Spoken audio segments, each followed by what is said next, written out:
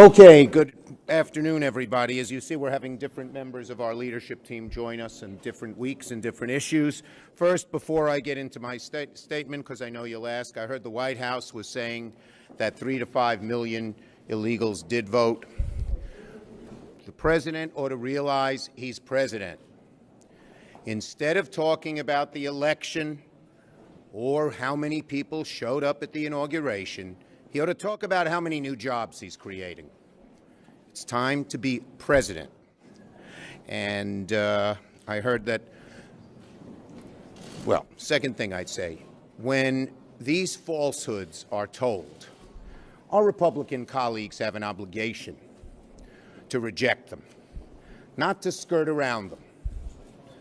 The bottom line is simple. You cannot run a government. You cannot help people. You cannot keep America safe if you don't actually admit to the facts. Plain and simple. And unless that starts happening, this country is going to have real trouble. And it's not going to be Democratic trouble, Republican trouble, liberal trouble, conservative trouble, just trouble because of avoidance of the facts. Now I'll get to the substance of what I'm saying. First, I want to thank Debbie and Bernie for joining us.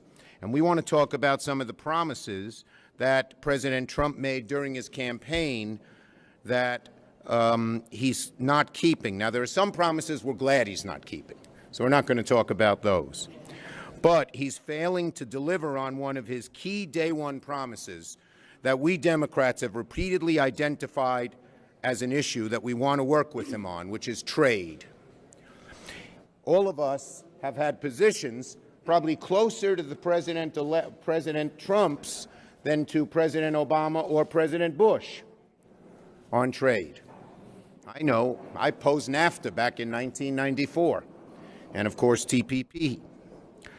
But the president, when he ran, repeatedly said on day one, I'm going to name China a currency manipulator, but he has not delivered. Instead, he issued an executive action withdrawing from TPP. Now, everyone knows TPP was dead. It wasn't in existence. So withdrawing from TPP didn't create a single new job.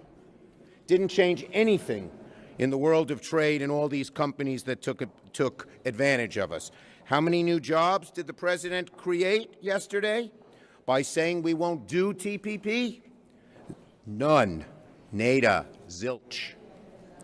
If President Trump is serious about bringing jobs back to the U.S., he could immediately, on his own, without congressional action, label China a currency manipulator. If he's serious about bringing jobs, he would support Buy America provisions, and he would back our new $1 trillion infrastructure bill, which we announced earlier today. And he would convince Republicans to join him on those issues. They've opposed them in the past. China does what's ever best for China, even when it hurts American jobs and workers. We've seen that. And you can be darn sure they're going to keep manipulating their currency until we take strong action. It may go up for a few months if that's in their interest, but they'll keep manipulating it, and that is wrong. So, Mr. President, if you really want to put America first, label China a currency manipulator. And I reminded the president yesterday, I brought this up to him at the White House, that the lead sponsors of this bill were myself and Senator Sessions, now his nominee for Attorney General. So this is not a partisan bill at all. Debbie Stabenow, Sherrod Brown, Lindsey Graham, Susan Collins, we were the 6 big sponsors. It was totally bipartisan. So last night, as I said, I mentioned this to the president, and I want to say this. He didn't say no. So I'm not going to tell you what he said, but maybe he'll do it. I hope and pray he does. We await real action on trade, which is one of the president's signature issues. But the bottom line is there's a giant gulf right now between what the president says he's going to do and what he actually does. On trade, job creation, and bringing back jobs to the U.S., we hope President Trump and Republicans in Congress work with us, not against us, and we stand ready to make this happen. Debbie. Well, thank you, Senator Schumer. America needs to be exporting our products, not our jobs. And because of currency manipulation, we've lost over 5 million jobs. The primary focus is China, but I've also been very focused on Japan, which is a lead concern for the automakers that President Trump met with today. The opposition to TPP that came from the auto industry came because of currency manipulation. So I'm hopeful that he will take the action he can take by starting with China, having his Treasury Secretary make the position known that China is a currency manipulator, and then work with us to monitor what is happening in Japan as well. This is a serious issue. As Senator Schumer said, many of us have been working on this for years, and it's time, if the president wants to do something that really means something, that will keep jobs in America, he needs to tackle currency manipulation and help us bring jobs home. Bernie. 2 points.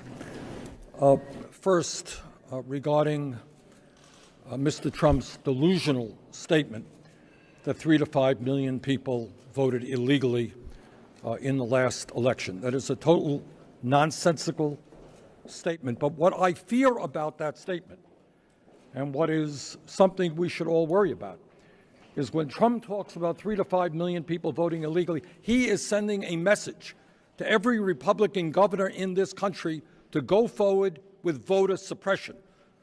The great political and democratic crisis we face now in this country is not voter fraud, it is voter suppression. And my belief is we have got to do everything we can to make sure that everybody in this country who is legally able to is able to vote.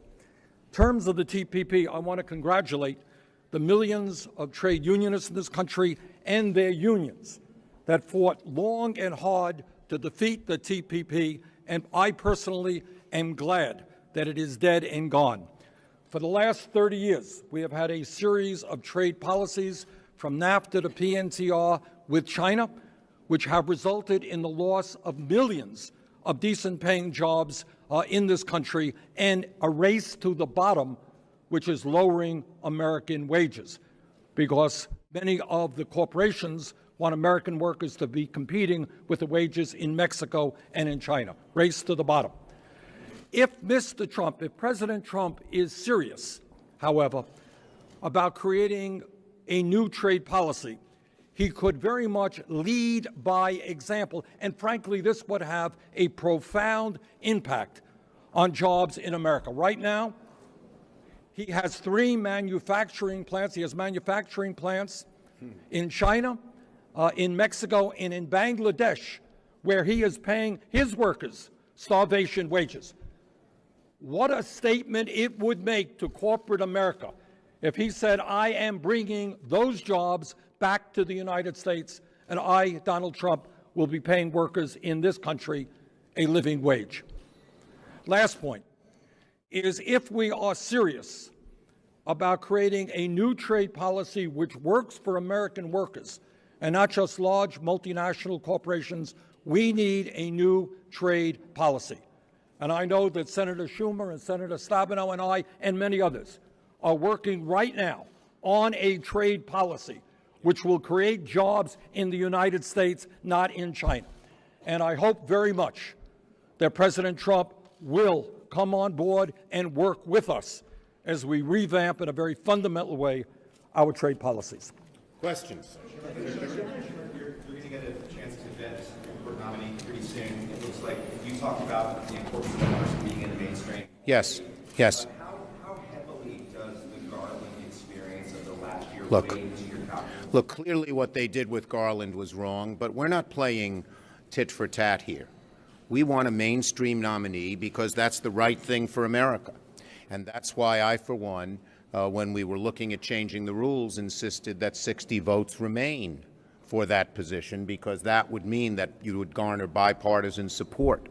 The last 4 Supreme Court justices got bipartisan support, and it's essential that the president do that. We would believe that, for instance, we're not going to say there shouldn't be a hearing.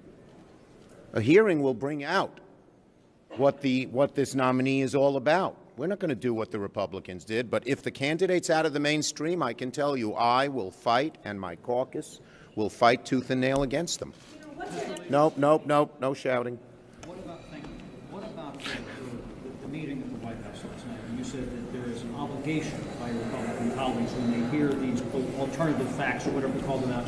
But you were in the meeting. You've known Mr. Trump longer than many of them have. Why didn't you call him out during that session? I'm not going to say what we said in the session, but address it? there was, yes, it was addressed. It was addressed. Yes. What's your definition of mainstream, and was Justice Scalia mainstream? Well, look, mainstream is something, it means that you follow existing law, that you don't use the court to change things around to your personal ideological likes and predilections. There's no litmus test, but that's what it means. And you have to go through vetting a candidate seriously and go through hearings to see if that candidate is mainstream. Republicans said they're ready to move on. You got to sit. Sorry. Republicans said they're ready to have floor votes on their President Trump's nominees. Are we going to see any today? I think we have called a vote while you're speaking. Senator McConnell has called a vote with our okay about the nominee for the UN ambassador, Nikki Haley. And Secretary Chow? We're working. Look, there are a whole bunch of nominees that have real problems. Real problems. Just today, nominee Mulvaney said he would raise the age for Social Security. If we rushed through the hearings the way our Republicans colleagues had wanted to, maybe people wouldn't have found that out. Isn't it the obligation of both the Republicans and Democrats to make sure we vet these nominees thoroughly? They're going to have huge power over the lives of every American.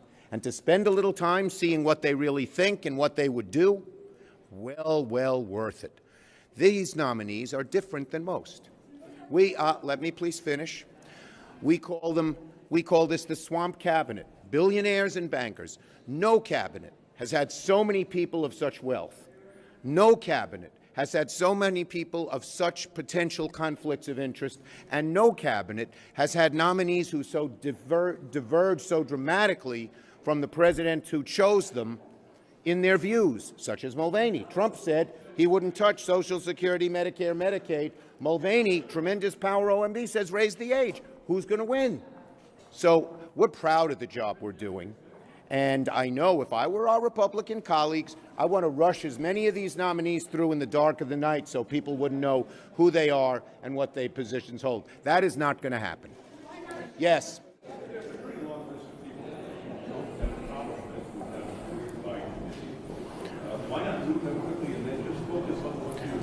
The bottom line is we will move the nominees with relative speed who are not controversial, but some are controversial to some members, and any member has a right. Some people say Carson is not controversial. He's not on our list of 8. He's controversial to me. He wants to dramatically change housing policy.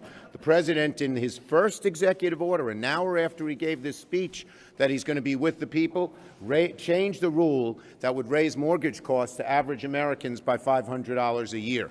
So we're going to vet these nominees thoroughly. We're not being dilatory, but we're not going to just rush them through. These are all very important nominees. And to have a few days discussion on them, that makes sense. They're going to be in power for up to 4 years with tremendous say on how it affects Americans. Yes. Senator Flake has a bill to protect DACA recipients that would also pair it with increased enforcement of criminals. I was wondering if there are any consensus among Democrats. Well, there's a bill that I'm aware of that Senator Durbin and Senator Graham have, so it's a bipartisan bill to help keep our DACA people here, and I'm fully supportive of that bill.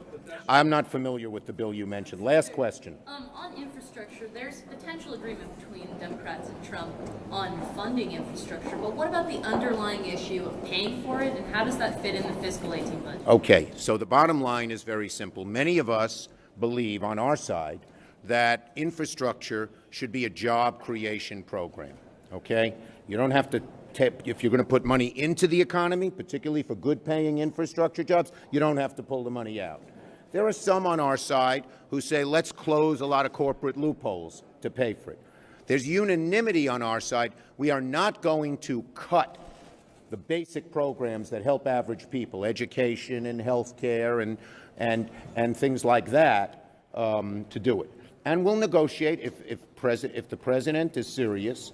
We've challenged him today to negotiate with us, and we'll come up with some way of dealing with the funding issue that we can all agree on. Could that mean deficit spending?